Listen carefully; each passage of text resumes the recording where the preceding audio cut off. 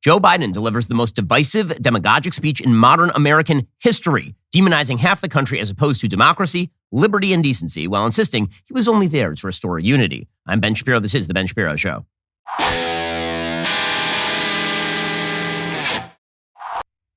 The Ben Shapiro Show is sponsored by ExpressVPN. Protect your online privacy today at expressvpn.com/Ben. I, honest to God, never thought I would see something like this from Joe Biden, from really any American president. Last night, the president of the United States gave the most demagogic, dangerous speech I've ever heard from an American president, truly. And a lot of people out there right now on the left side of the aisle screaming about Donald Trump and his January 6th speech. I really hated Donald Trump's January 6th speech. But what Donald Trump did not do in that speech is declare that half the country was the enemy. He did not declare that half the country was fundamentally opposed to the basis of the country. He attacked, I thought wrongly, the quote-unquote political elite who had skewed the election or whatever. But what he didn't do was label half the country, people who were just political opponents, his actual enemies. He didn't actually do that on January 6th. And when he talked about the press as the enemies of the people and all of this, the press went nuts. And I said he shouldn't have done that. But that was a talk about the press. That wasn't everybody who opposes my agenda deserves the back of the American hand. The president, and all of this in the name of democracy and equality, it was insane.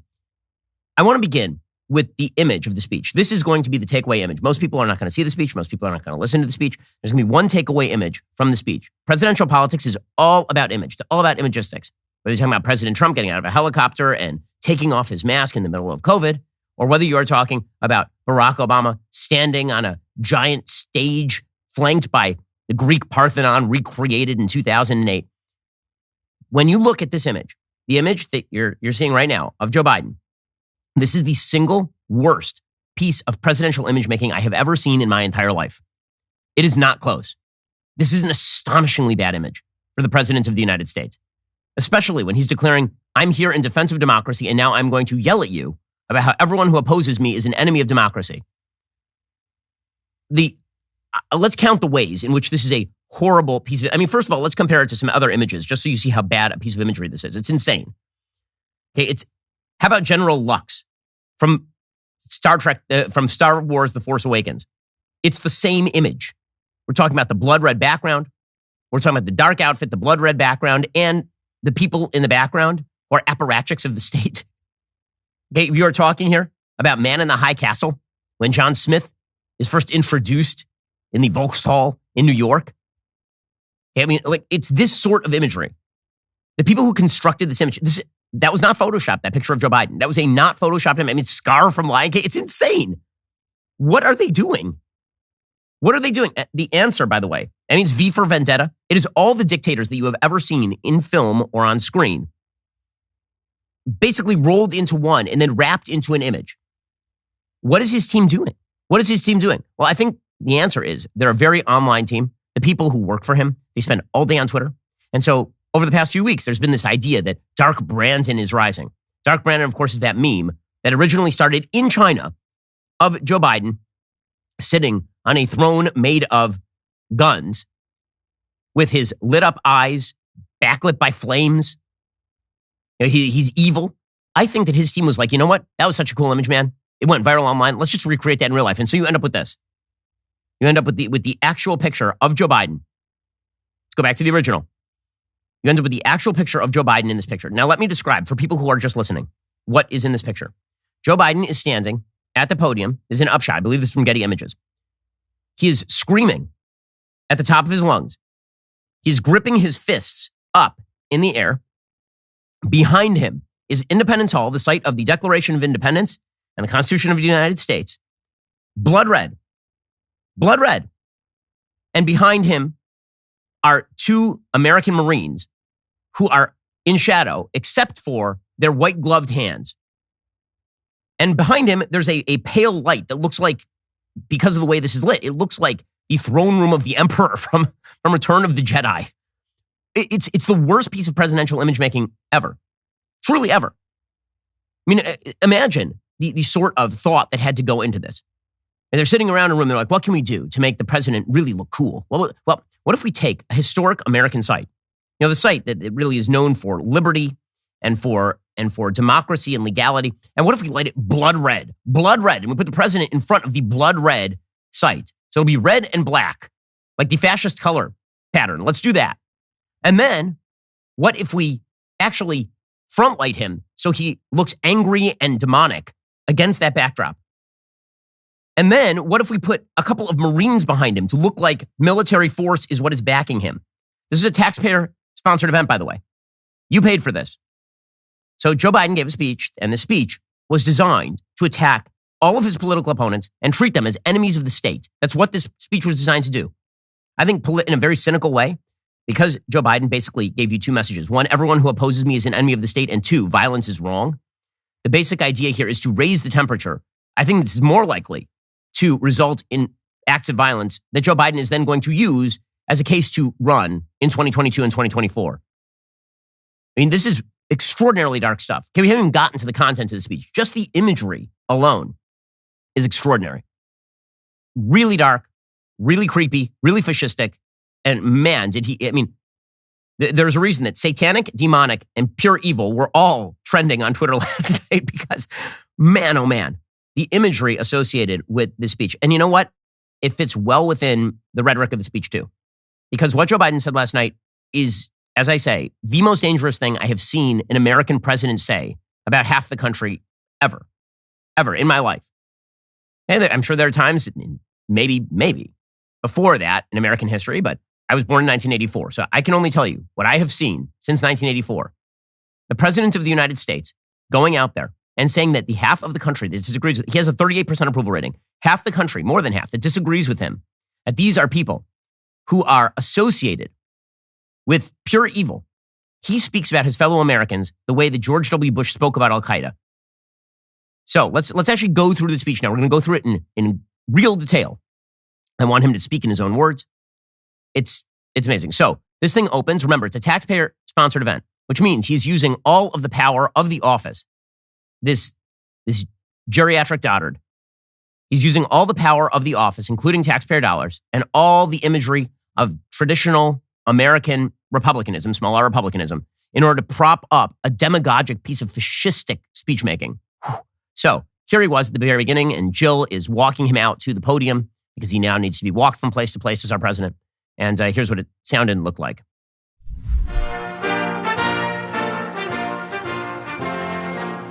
So there he is. I mean, he can barely walk. She's leading him out there. If this doesn't feel like the death of the republic to you, I don't know what would. He's in front of Independence Hall. He can barely raise his hand to wave. Okay, and then she ushers him to the podium, and he moves her off, and then he begins to speak. So he starts off by welcoming his fellow Americans. And by his fellow Americans, he means everyone who agrees with him. This was a pure campaign speech, but it is laced through with the kind of seething hatred for his fellow Americans that I have not seen. Truly, it's despicable. Here's the President of the United States, Captain Unity over here.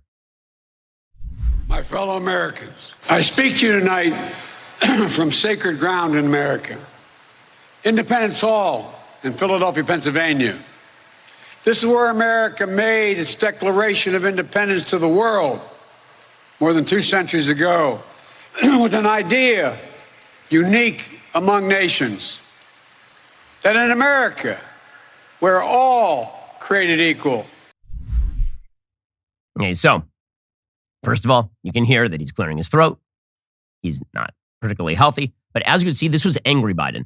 There are two versions of Biden that are now present. There's really three versions of Biden that are present in American public life.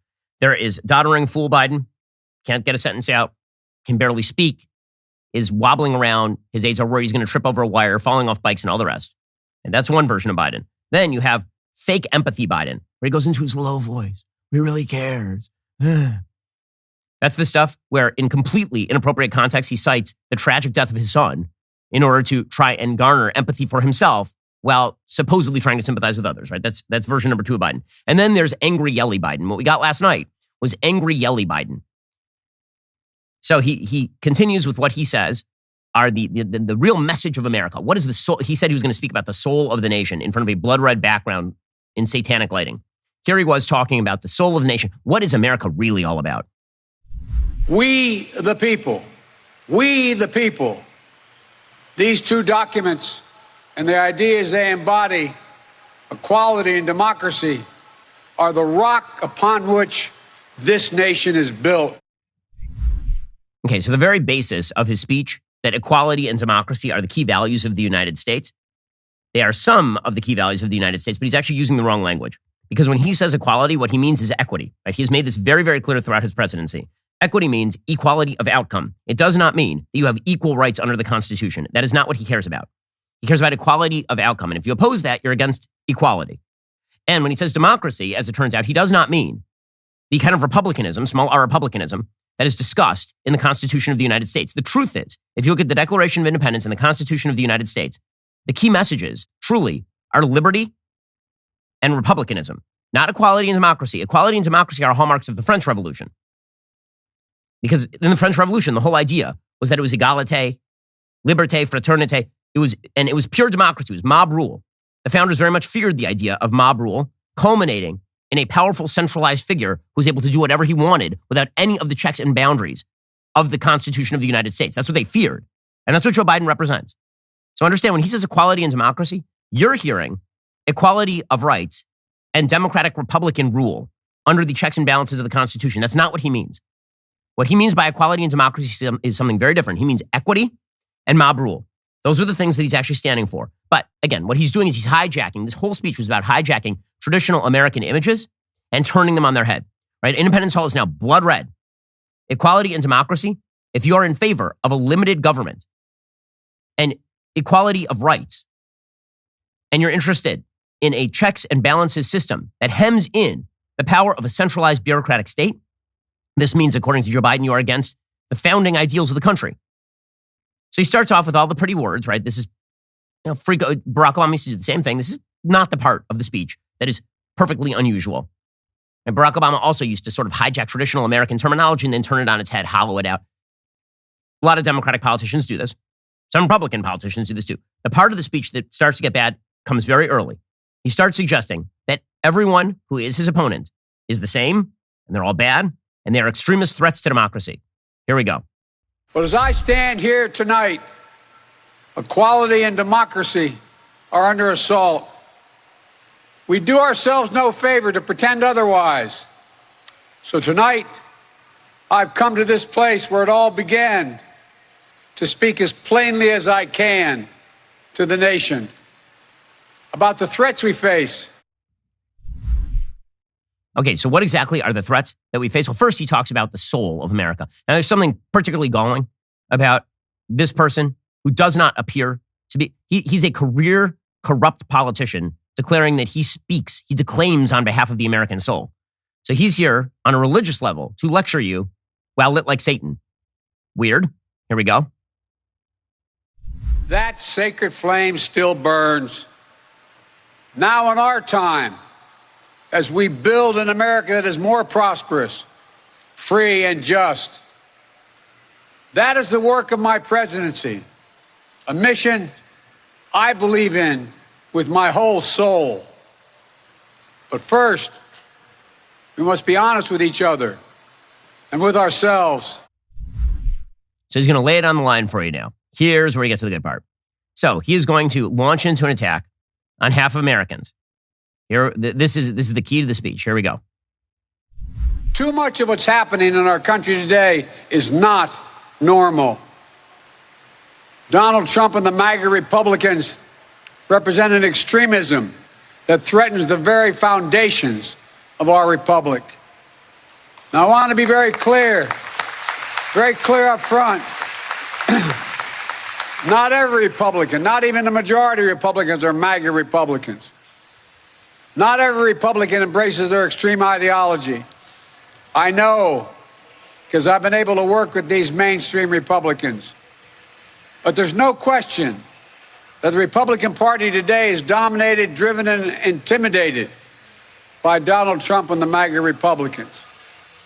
And that is a threat to this country. Okay, so what he is doing right here, the media are saying, well, when he's saying that, a huge percentage of Americans are extremist threats to the country. By the way, the answer usually to extremist threats to the country is you drone them or arrest them. Right? That's usually what you do.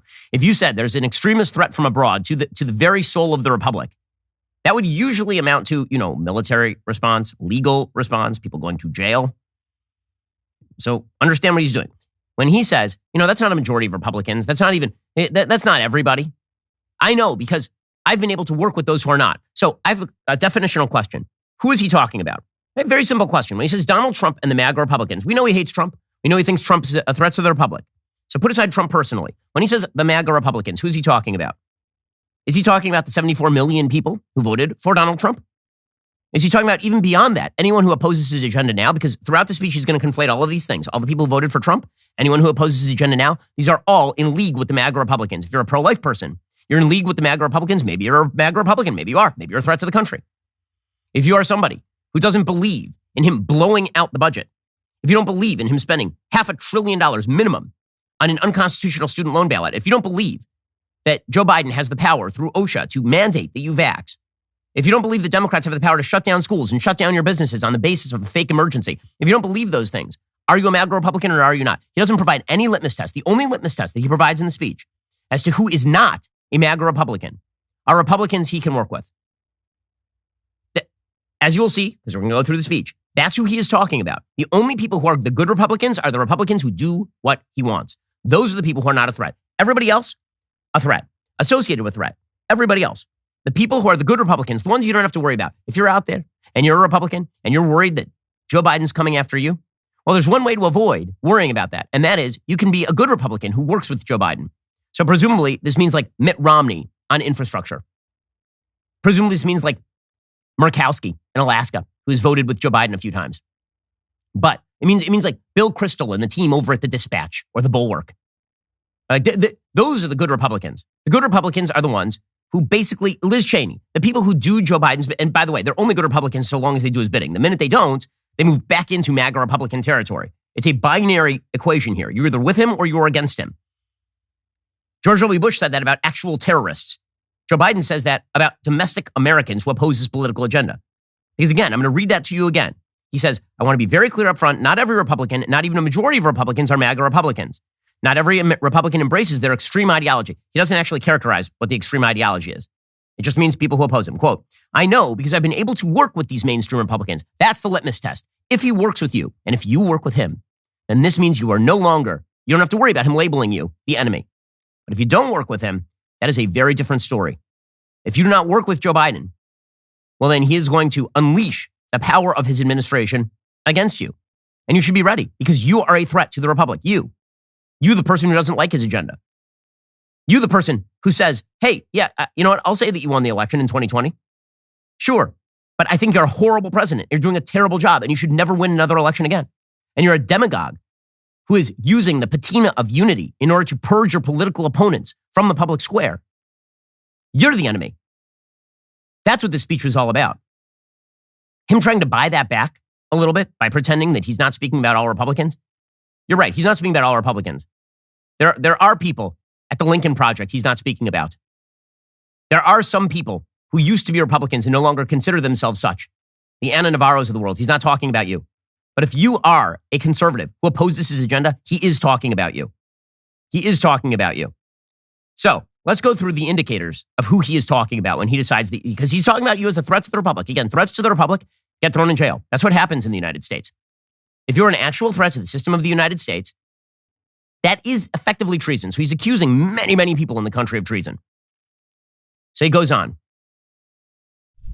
These are hard things, but I'm an American president, not a president of red America, blue America, but of all America. And I believe it's my duty to level with you, to tell the truth, no matter how difficult, no matter how painful. And here, in my view, is what is true. MAGA Republicans do not respect the Constitution. They do not believe in the rule of law. They do not recognize the will of the people. They refuse to accept the results of a free election. And they're working right now, as I speak, in state after state, to give power to decide elections in America to partisans and cronies, empowering election deniers to undermine democracy itself. Okay, so a few things to note about this. One, his own party has propped up some of these quote-unquote elections deniers in primaries so they can run against them. Second, when he says MAGA Republicans don't respect the Constitution, he declared last week that he could do something he had no constitutional power to do and simply relieve $500 billion in student loan debt.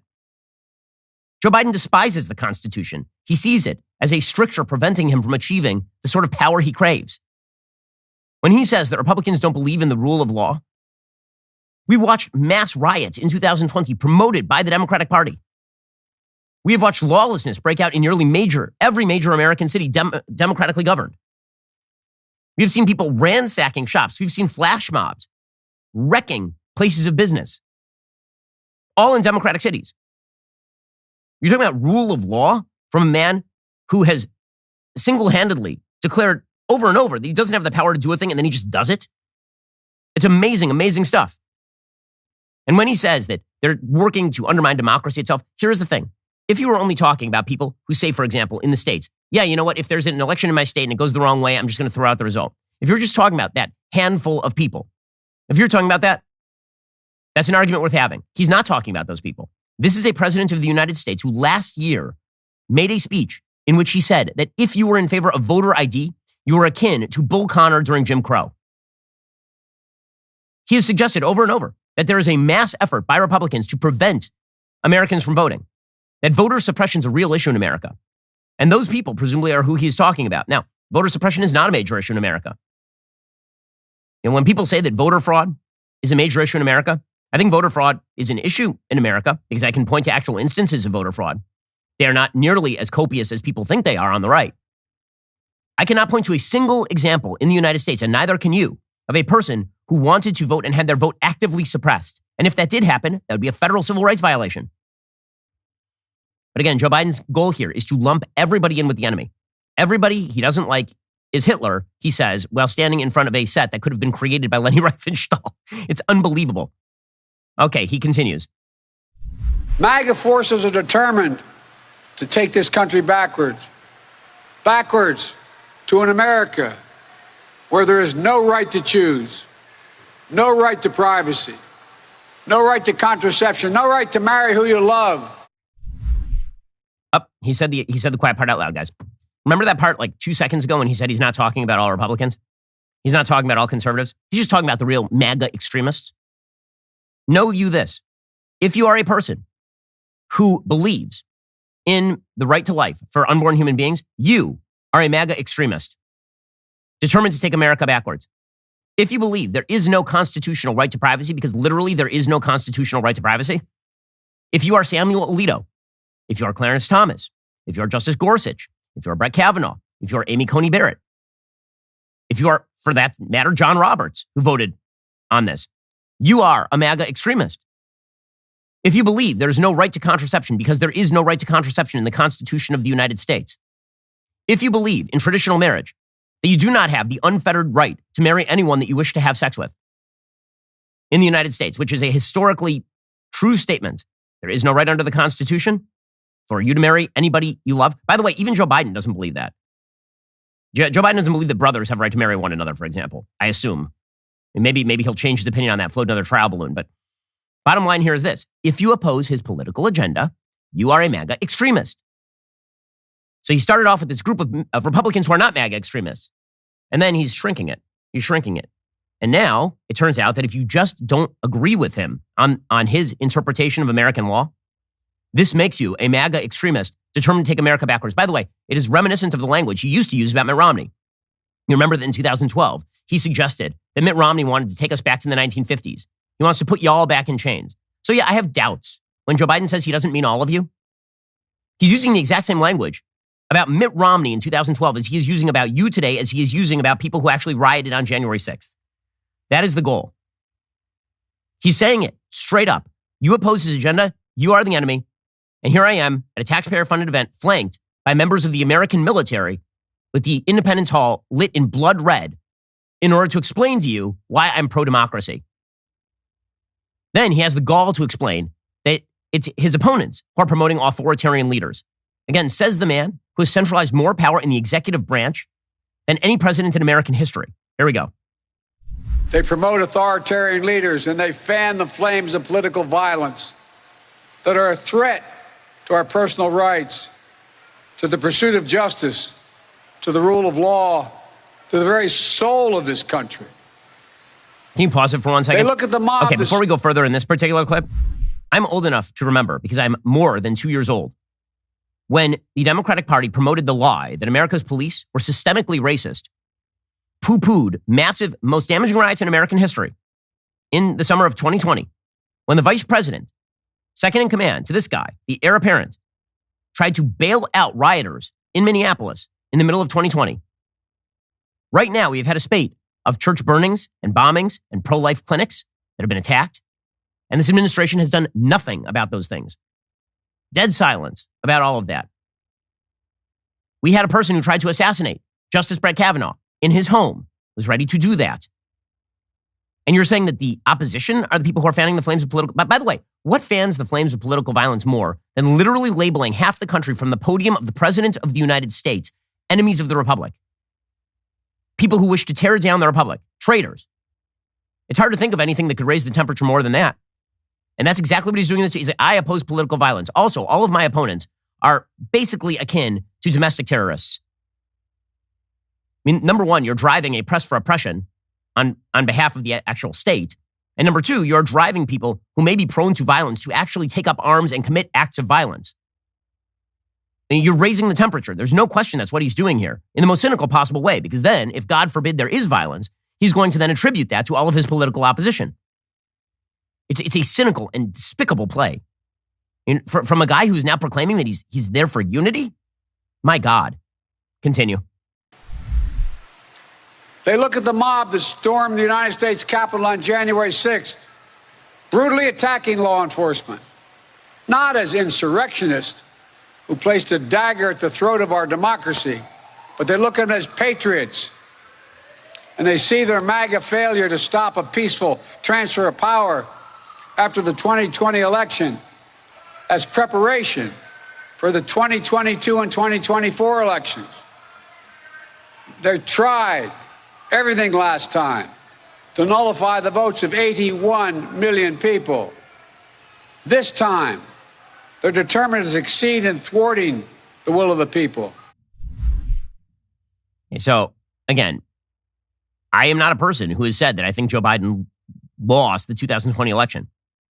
But the entire Democratic Party spent 4 years claiming that Donald Trump was the illegitimate president of the United States based on Russian collusion in the 2016 election. The current White House press secretary has said twice that Republicans stole elections. She has not been asked that one single time. Karine Jean-Pierre said that.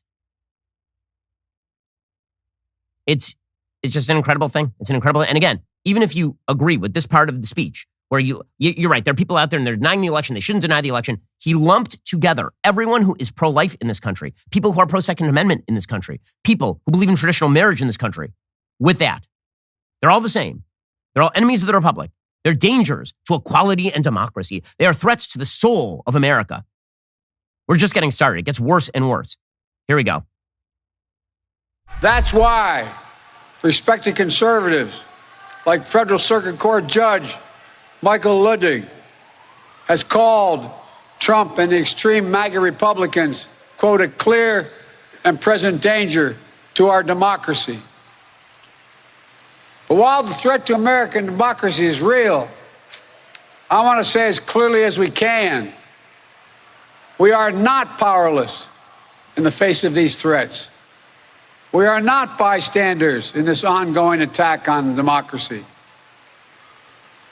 There are far more Americans from every background and belief who reject the extreme MAGA ideology than those that accept it.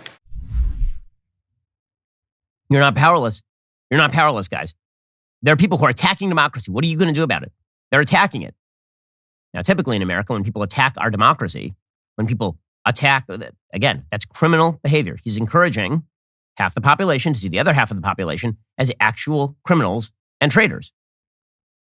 And the hypocrisy of the speech, the things that he says about his political opponent that apply mostly to him, they just come fast and furious here.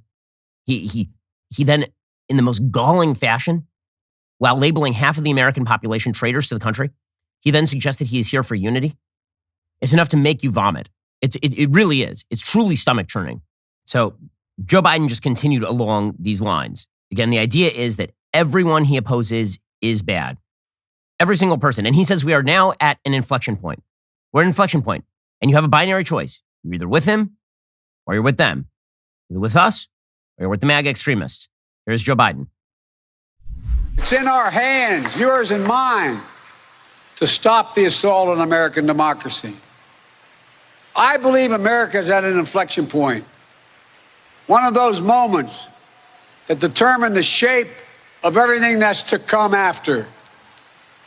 And now, America must choose to move forward or to move backwards, to build a future or obsess about the past, to be a nation of hope and unity and optimism, or a nation of fear, division, and of darkness. MAGA Republicans have made their choice. They embrace anger. They thrive on chaos. They live not in the light of truth, but in the shadow of lies. But together, my God, together we can choose a different path. We can choose a better path forward to the future, a future of possibility. This stuff sounded better in the original German. When he says things like, my opponents, they stoke fear, division, and darkness, flanked by members of the military in a blood red background. When he says, my political opponents, these are people who thrive on chaos. They live in the shadow of lies. Those are my political opponents. But together, we can choose light and happiness. We can choose something wonderful. And then he is so nonspecific about the people he is talking about that it literally includes everyone who is pro-life, every single person who's pro-traditional marriage, every single person who opposes the transing of the children. All those people are people who live in the shadow of lies. And he can tell you that he's not thriving on fear and chaos. This is a man who's against fear and living on fear and chaos and generating hatred for the opponent. You should definitely fear and hate the chaos of his opponents. I mean, it's the gaslighting of this speech, astonishing. And then he talks about his own values. Right? He talks about the values of our nation. And gag me with a spoon, man. I mean, this is just all the stuff he says that his opponents believe. The projection here is epic levels of projection. This is a nation that honors our Constitution. We do not reject it. This is a nation that believes in the rule of law. We do not repudiate it. This is a nation that respects free and fair elections. We honor the will of the people. We do not deny it. And this is a nation that rejects violence as a political tool. We do not encourage violence.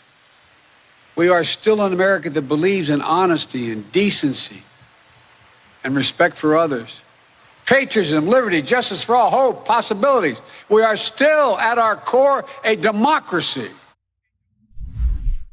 We're still by democracy, he means you're a bunch of people who delegate all power to me through a pure mob rule election. When he says there's a nation that honors our Constitution, it's hard to think of a president who's honored our Constitution less than this one.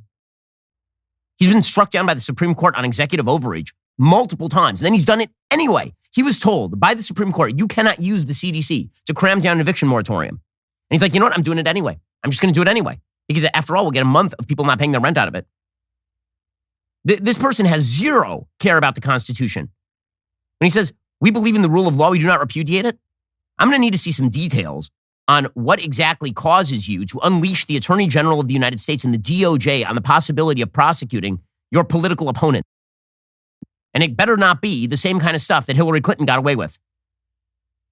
When he says we respect free and fair elections, you spent 4 years declaring that Donald Trump was Vladimir Putin's puppet. He says we honor the will of the people, we don't deny it. Is that really the case? Because it seems to me that every time you lose a political battle, you declare the entire game rigged. And we reject violence as a political, we don't encourage violence. You had mayors of your cities writing in giant block letters, Black Lives Matter and defund the police in the middle of a rioting summer. again, the projection is astonishing. You're supposed to believe that these are the people who are pro-Constitution. They're pro-rule of law. They're pro-liberty. They're pro-republicanism. These are the ones. And I'm never going to get over the irony of him saying all this stuff while looking like he stepped straight out of the pages of a Mussolini speech. It's amazing. You could Photoshop this guy into a Mussolini background right here, and it would look almost the same. But don't worry, guys. He's against authoritarianism. Is Joe Biden, the greatest centralizer of power in the executive branch in American history? History tells us the blind loyalty to a single leader and a willingness to engage in political violence is fatal to democracy. For a long time, we've told ourselves that American democracy is guaranteed, but it's not. We have to defend it, protect it. Blind loyalty to a single leader is a problem. I seem to remember a few political cults in the past. And again, I have very little belief that Joe Biden believes that loyalty to a single figure is a particularly bad thing while standing using taxpayer dollars in front of Marines. I mean, again, this is not the Marines' fault. It's the whole point. He's hijacking the power of the presidency in order to use the prop of the military to back his message. It's an extraordinary breach of what it means to be the president of the United States. But don't worry. He's going to call on all of us to come together. We're going to come together around fighting the internal enemy. We're going to come together around you ratting on your neighbors. You never know. It might be a member of your family. It might be you. You might have to report yourself. Here we go. That's why tonight I'm asking our nation to come together, unite behind the single purpose of defending our democracy regardless of your ideology. We're all called by duty and conscience to confront extremists who put their own pursuit of power above all else. Democrats, independents, mainstream Republicans, we must be stronger, more determined, and more committed to saving American democracy than MAGA Republicans are to destroying American democracy. We, the people, will not let anyone or anything tear us apart. We, the people, the mob, we will not let anyone tear this country apart. Go after your neighbor. Go after him. That's how we unite. We unite by coming together as a mob and going after that guy who voted the other way in the last election cycle. That guy, he probably hates democracy. The best thing we can do, we got to shut that ass up. Really important. We got to go after him. We got to ruin him. We got to use the power of the state to quash him. That's how we achieve unity. I said when Joe Biden took office and he gave his big unity address, there are only two ways to achieve unity in a disparate polity. One, you accept that some people disagree with you and you move on. Two, you purge. I think it's pretty clear which direction Joe Biden prefers. Okay, Buddy says, you know what? I don't like political violence. Political violence is really bad.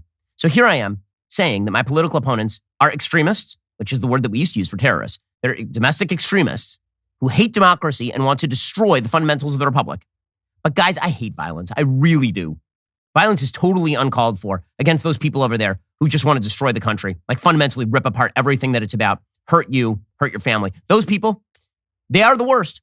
They're semi-fascist. They're quasi-Nazis. But I hate political violence, guys. Political violence is so not appropriate. Here is Joe Biden playing both sides. We hear, you've heard it, more and more talk about violence as an acceptable political tool in this country. It's not. It can never be an acceptable tool. So I want to say this plain and simple. There is no place for political violence in America, period. None, ever. Oh, there's no place for it. You know when that would have been a lot more useful is when there were literally 21 million people marching in the streets and a significant number of people who then broke into stores, looted them, burned things down, and attacked police. Okay, but here's the thing. Joe Biden, when he says that his political opponents are the font head of all evil in the universe, when he says that, you have to understand he really likes dissent. He likes having these big, complicated conversations. He likes the give and take of American politics, you traitorous bastards, you. I believe in the give and take of politics, in disagreement and debate and dissent. We're a big, complicated country. But democracy endures only if we, the people, respect the guardrails of the republic. Only if we, the people, accept the results of free and fair elections. Only if we, the people, see politics not as total war, but mediation of our differences. Democracy cannot survive when one side believes there are only two outcomes to an election. Either they win or they were cheated. And that's where the MAGA Republicans are today. You spent 4 years and tens of millions of dollars on the theory that either Hillary Clinton won or you were cheated. I'm sorry, Democrats have not accepted the results of a presidential election that went the other way for them since about 1988. They thought the 2000 election was stolen. They did not accept that George W. Bush was a legitimate president. 2004 was supposedly an outgrowth of 2000 and also diabolic voting machines. In 2016, Donald Trump was a tool of the Russians, and it was Facebook memes that got him elected. Don't lecture us about accepting elections when you still say that Stacey Abrams is the rightful governor of Georgia after she lost by 50,000 votes in her last gubernatorial race. Yes, it's really bad when you have both sides rejecting the results of elections. But let's stop pretending that this is a one-sided issue. It is not. It is bad when both sides do it. Democrats seem to have a rule. It's that it's really bad when you do it. It's great when we do. So he continues along these lines. Right? You can't love democracy only when you win. This line is so astonishing coming from this leader of this party. Here we go. You can't love your country only when you win. It's fundamental. American democracy only works only if we choose to respect the rule of law and the institutions that were set up in this chamber behind me. Only if we respect our legitimate political differences. I will not stand by and watch. The will of the American people be overturned by wild conspiracy theories. I will not stand by and watch elections in this country stolen by people who simply refuse to accept that they lost. I will not stand by and watch the most fundamental freedom in this country, the freedom to vote, and have your vote counted and be taken from you and the American people. There are people, did you know, who are actively attempting to prevent you from voting. Now, one of the things that's amazing here is that there has been a bipartisan possibility of a bill that's been brought up by Mitch McConnell in the Senate, and that is change the Electoral Count Act so that there is no possibility of rejecting certified votes from the states. The Democrats won't pass it because they want to run on these issues. They want to pretend that their opponents hate democracy and then run on that. When he says, this line is so amazing coming from the Democrats, you can't love democracy only when you win. You know what the polls show? The polls show over and over and over again that Republicans remain patriotic. They say they love the country even when Democrats win. Democrats change their opinions on how much they love the country based almost solely on when they are winning and losing.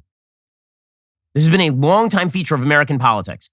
This is true under every Pew, Gallup, and every other poll that's ever been taken. When it comes to feelings of patriotism, Republicans are very consistent that they love the country. Democrats only love the country when Barack Obama is president. And then when Donald Trump wins, boom, the patriotism just drops off the table. When he says that we have to work to respect the rule of law and the institutions that were set up in the chamber, he despises those institutions. He has called for the end of the filibuster, for example. He is somebody who says that the Supreme Court of the United States is not doing its job unless it just greenlights what he is doing. He has done stuff he himself has declared illegal. But he's an institutionalist, don't you know? I mean, this is gaslighting at the very, very highest level. And again, when he says that there are people in this country who are attempting to suppress the right to vote, that is such a lie. What exactly is the evidence that he has that millions of votes are being not counted and thrown out? It was Republican officials in Georgia who certified the election. It was Republican officials in Arizona who certified the election. It was Republican officials in Wisconsin and in Pennsylvania who certified the election. It was Vice President Mike Pence who certified the election. The Vice President to Donald Trump.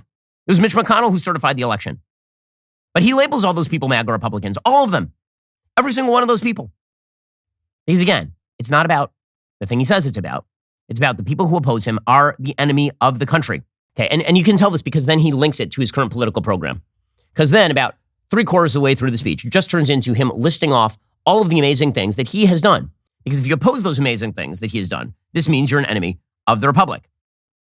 So he talks about how he is the light that has emerged from the darkness. He, in his grim, elderly visage, barely able to speak without either being jacked up to heights of adrenaline that make him nearly incomprehensible, or he falls asleep, like he's suffering from narcolepsy.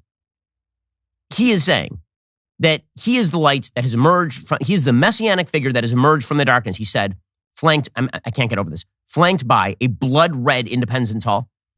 Throughout our history, America's often made the greatest progress coming out of some of our darkest moments, like you're hearing that bullhorn. Okay, so here I think we should point out that about 2/3 of the way through the speech, there was a guy in a bullhorn who was audible on the audio, and what he was screaming was F Joe Biden. And that's who he was screaming. And Joe Biden says that the darkest moments of our history are the things coming out of that bullhorn. People saying they don't like him. That's the darkest moments of our history. And you know what the progress is that came out of the darkest moments of our history? That progress was him. He is the progress. He is the man on the donkey riding into Judea. He is, you thought he was just a venal, corrupt old politician who's lusted after power his entire life, and now that he's gained it, is gripping it with the fiery force of 1,000 suns. You thought that's who he was. But no, actually, he is a light bringer. Like his predecessor, he's a light bringer. So he compares himself to, once again, the MAGA Republicans. And amazing stuff here. MAGA Republicans look at America and see carnage and darkness and despair. They spread fear and lies. Lies told for profit and power. But I see a different America. An America with an unlimited future. An America that's about to take off. I mean, that's an amazing statement. So his opponents see carnage, darkness, and despair. This entire speech has been about how half the American population wishes to destroy the democracy in which we live. But don't worry. It's his opponents who see carnage and darkness and despair. He's hopeful, you see. He's an optimist. What makes him optimistic? What makes him optimistic is that he has spent more money than any president in the history of the world. What makes him optimistic is that he has rammed through useless package after useless package, bringing us to 40-year highs in inflation and the brink of a very serious recession in the United States. What makes him optimistic is things like pulling out of Afghanistan and subjecting 38 million people to the predations of the Taliban. I mean, all these things make him optimistic. It turns out that optimism is wrapped up. If you're optimistic about the country, it's because you love Joe Biden. It's just that simple. Here we go. Just look around. I believe we could lift America from the depths of COVID. So we passed the largest economic recovery package since Franklin Delano Roosevelt. I believe we could build a better America. So we passed the biggest infrastructure investment since President Dwight D. Eisenhower. And I believe we could create a clean energy future and save the planet. So we passed the most important climate initiative ever. Right? So the light is his policy. It turns out the cure is not saying that people win elections. That's not the cure. The cure is not even rejecting Donald Trump. The cure, according to Joe Biden, is embrace all of the things I want. And if you don't embrace all of the things that I want, this means you are standing with the white supremacists and the extremists. He makes this absolutely explicit in the next minute of the speech. No matter what the white supremacists and the extremists say, I made a bet on you, the American people, and that bet is paying off, proving that from darkness, the darkness of Charlottesville, of COVID, of gun violence, of insurrection, we can see the light. Light is now visible. Light that will guide us forward, not only in words, but in actions. Actions for you, for your children, for your grandchildren, for America. Even in this moment. Okay, stop it right there. When he says, well, I mean, again, the juxtaposition is a binary, Manichaean juxtaposition. They're the white supremacists, the MAGA extremists. And I made a bet that they were going to lose. And the proof that they're losing is that I, the light bringer, have done all of these things. Right? All of my policies are the solution. If you don't back my policies, obviously, you're with Charlottesville. Obviously, you love gun violence. Obviously, you're a person who loves COVID. You're a COVID lover. Because he is the person who has brought us all together for our children, for our grandchildren, for America. And if you don't believe that, then you're the enemy. You are. Don't you feel the light? Don't you feel the happiness and the optimism? Don't you? The political lack of acumen here is astonishing. The moral blindness here is even more astonishing. And again, that combined with the worst optics I've ever seen from a major American figure leads me to say this is the worst speech I've ever seen in my entire life. And of course, he doesn't stop there. He just continues beating this dead horse into the ground. He takes a jackhammer and just starts jackhammering that corpse into the ground. Here we go. That's where we need to focus our energy. Not in the past, not on divisive culture wars, not on the politics of grievance, but on a future we can build together. The MAGA Republicans believe that for them to succeed, everyone else has to fail. They believe America is not like I believe about America. I believe America is big enough for all of us to succeed. And that is the nation we're building, a nation where no one is left behind. I feel the light. Do you? Do you feel it? We focus not on the past, not on grievances, not on divisive culture wars, but on that son of a bitch right there. That guy, if we pummel that guy together, we're going to feel the unity. We're going to build a nation where no one is left behind except for that jackass. Man, you see the guy in the MAGA hat over there? We are just going to clock the shit out of him. And that will bring us together like never, ever, ever before. Do you feel the light? Do you feel the warmth? Do you feel the heavenly voice shine upon you? Do you feel it? So, Joe Biden, once again, the idea, of course, is that the way that he's going to build a country big enough for all of us is by excising a significant percentage of us. And this he calls the battle for the soul of the nation. The battle for the soul ends with somebody losing. And the people who are going to lose are all the people who disagree with him. Here we go. I believe we're in a battle for the soul of this nation. I still believe that to be true. I believe the soul is the breath, the life, and the essence of who we are. The soul is what makes us us. The soul of America is defined by the sacred proposition that all are created equal in the image of God, that all are entitled to be treated with decency, dignity, and respect, that all deserve justice and a shot at lives of prosperity and consequence, and that democracy must be defended, for democracy makes all these things possible. This seems like a dude who loves democracy, right? He loves it. He just loves popular rule, and he loves checks and balances. He likes individual rights protected by a limited government. And those are the things he probably likes. And here is the thing. The way to protect democracy is to vote for him, obviously. Obviously, not to vote for his opponents, not to engage in the rough back and forth of politics. That stuff, that's secondary. What he needs is power. See, if you give him more power, he'll preserve the democracy. That's the best way to preserve a democracy, is to hand power to one person and to centralize authority in him. That's how you preserve democracy in a time of crisis, says Joe Biden. Vote, vote, vote. And if we do our duty in 2022 and beyond, then ages still to come will say, we, all of us here, we kept the faith. We preserved democracy. We heeded our worst. We heeded not our worst instincts, but our better angels. And he concluded by suggesting once again, we're united, guys. We're the United States of America. Except for that guy. That guy, whew, better do something about him. But we are the United. My favorite is when he just starts quoting Barack Obama, but it's just feeble and tired and old and a worse version of the demagoguery that, like, significantly worse. At least Barack Obama, when he was demagoguing it, he had the brains not to do it in front of Mussolini's set. But here's Joe Biden. We are the United States of America, the United States of America. And may God protect our nation, and may God protect all those who stand watch over our democracy. God bless you all. Democracy. Thank you. Democracy. Thank you. I love democracy. So, how did the media celebrate this speech? Well, the way that you would think. They immediately began performing a prostate massage on the President of the United States. So here are members of the media just going gaga over all of this. They loved it. They loved it because, of course, they are apparatchiks of the state apparatus. So here we go.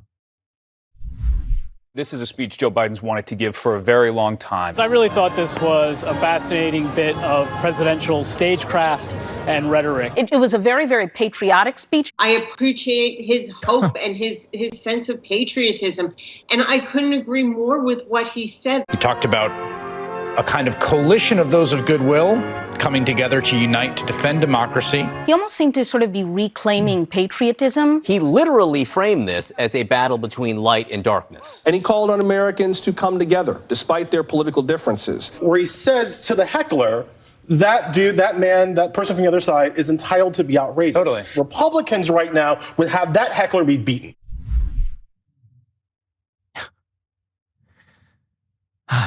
Yes, our media say it's all about coming together. That's what it was. It was all about and patriotism. Now, Joe Biden said that he was going to come into power and he was going to restore normalcy. He was going to bring down the temperature. He was going to restore unity in the country. And then he gave that speech. If you trust this man with power, if you trust this man, again, with power and his party with power, I don't know what you are thinking. I, honest to God, do not know what you are thinking. It is a dark time in American history. That dark time is not going to be alleviated by a president of the United States with actual authoritarian ambitions speaking falsely on behalf of democracy and equality while ripping half the country as actual moral enemies. Alrighty, folks, we've reached the end of the show, but we'll be back here Tuesday with much, much more. Enjoy Labor Day weekend. I'm Ben Shapiro. This is The Ben Shapiro Show.